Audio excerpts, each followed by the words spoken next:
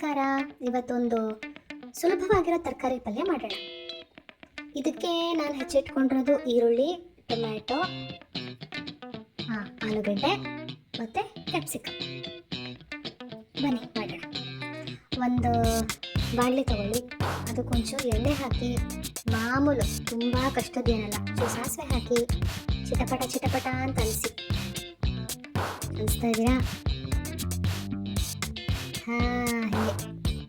ಆಮೇಲೆ ಒಂಚೂರು ಕರಿಬೇವು ಹಾಕಿ ಹೆಚ್ಚಿಟ್ಕೊಂಡಿರೋ ತರಕಾರಿಗಳನ್ನ ಒಂದೊಂದೇ ಬಾಣಲೆಗೆ ಹಾಕ್ತಾ ಬನ್ನಿ. ಮೊದಲು ಈರುಳ್ಳಿ ಚೆನ್ನಾಗಿ ಬಾಡಿಸ್ಕೊಳ್ಳಿ. ಅದಾದಮೇಲೆ ಒಂದು ಸ್ವಲ್ಪ ಟೊಮ್ಯಾಟೊ ಹಾಕ್ಕೊಳ್ಳಿ.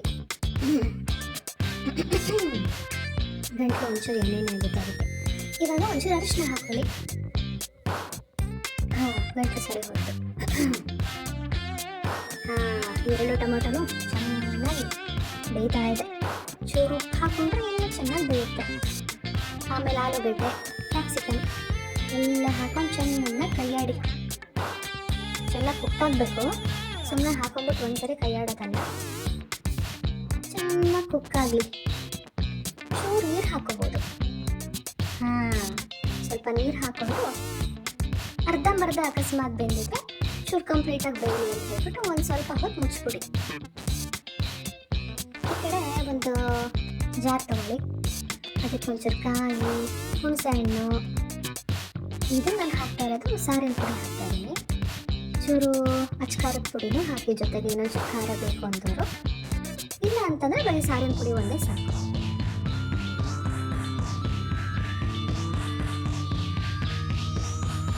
ಆಮೇಲೆ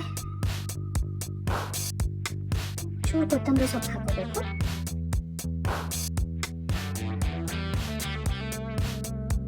ಆಮೇಲೆ ಒಂಚೂರು ಬೆಲ್ಲ, ಜೊತೆಗೆ ಒಂದು ಸ್ವಲ್ಪ ಇಂಗು ಹಾಕ್ಬಿಟ್ಟೆಲ್ಲ ಡ್ರರ್ ಅನಿಸ್ಬಿಟ್ಟು ಅಂದರೆ ಗ್ರೈಂಡ್ ಮಾಡಿಕೊಂಡು ಬೆಂದಿರೋ ಎಲ್ಲ ತರಕಾರಿಗೂ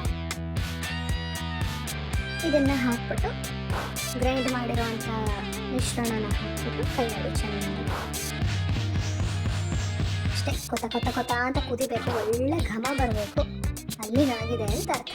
ಒಂದು ತರಕಾರಿ ಪಲ್ಯ, ಸಿಂಪಲ್ ಆ್ಯಂಡ್ ಟ್ರೆಡಿಷನಲ್ ತರಕಾರಿ ಗ್ರೇವಿ.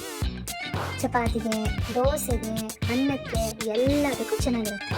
ಕೊತ್ತಂಬರಿ ಹಾಕ್ಬಿಟ್ಟು ಅದಕ್ಕೆ ಅಲಂಕಾರ ಮಾಡಿಬಿಟ್ರೆ ಅದೇ ಹೋಯ್ತು ನಮ್ಮ ತರಕಾರಿ ಪಲ್ಯ. ನೀವು ಇದಕ್ಕೆ ಯಾವ ತರಕಾರಿ ಬೇಕಿದ್ರೂ ಹಾಕೋಬೋದು. ಟ್ರೆಡಿಷನಲ್ ಪಲ್ಯ.